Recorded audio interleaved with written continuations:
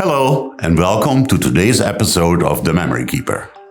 I'm your host Bram, and today we're going to Korea. Travel to dangerous places can be tricky, and today I would like to tell you about our tale that fully embodied that description. Join Bram on an exciting journey, sharing travel stories that celebrate the power of memory. Through these stories, Bram raises awareness and support for both patients and caregivers, fighting Alzheimer's in honor of his wife, Sherry, who now resides in memory care. Without further ado, here's today's episode of The Memory Keeper.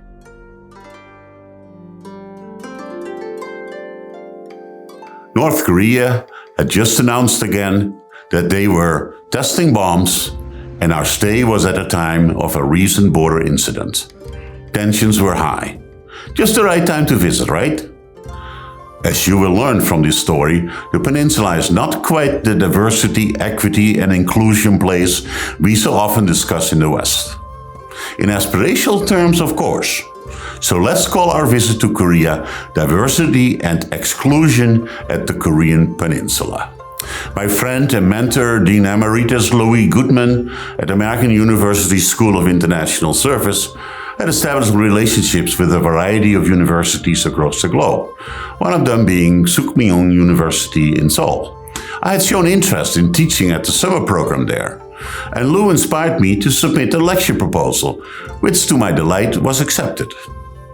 Off to South Korea for 6 weeks, and to top off this exciting trip, my wife and I combined it with a sojourn to Shanghai, Chengdu, and Xi'an in China. More about that side trip later.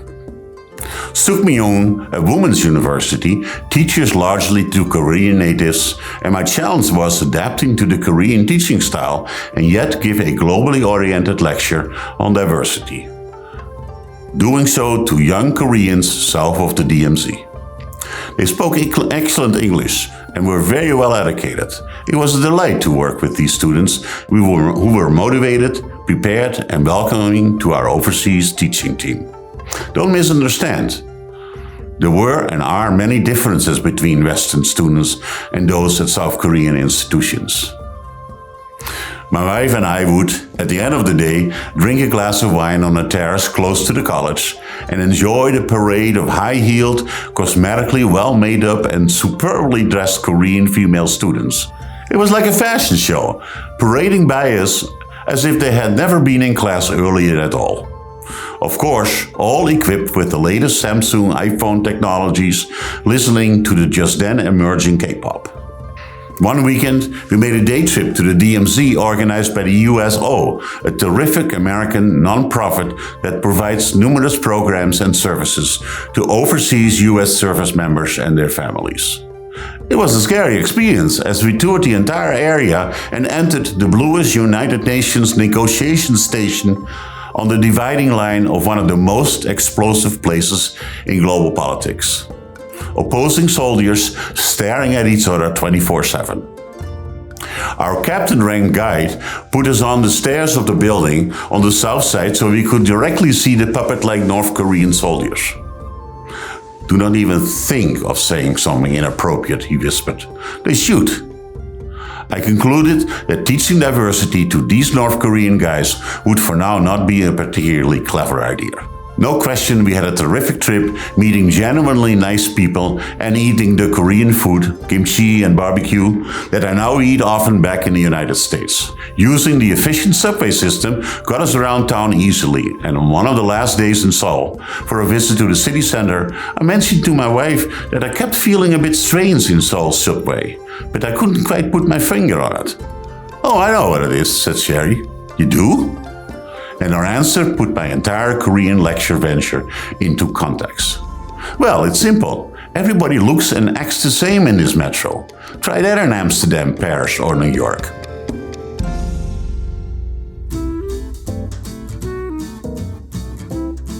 You know, next week I'd like to tell one of our listeners' stories. This one is going to be from you. Head over to thememorykeeper.org and submit your story today by clicking the button on the website that reads Share a Story. This project, now many weeks in, is one that exists for several reasons. At face value, this podcast may seem like just a collection of travel stories. I promise you, this is about a lot more than that. Primarily, it is a tribute to my wife Sherry, the woman I love, my travel partner, and whom I've shared a wonderful life with. Sherry is currently living with Alzheimer's in a memory care facility. It is also about people like me, who have had memories of good times for better, and then to worse when we see our loved ones slip away and we become caregivers. Furthermore, our hope is to raise more awareness and funds for Alzheimer's with this project. If you'd like to learn more, I would like to encourage you to browse the website and even listen to or watch the trailer for this series. By sharing our story, I hope to help others who are going through similar experiences. So join me on this journey where we will continue to celebrate the moments that matter and celebrate the power of memory.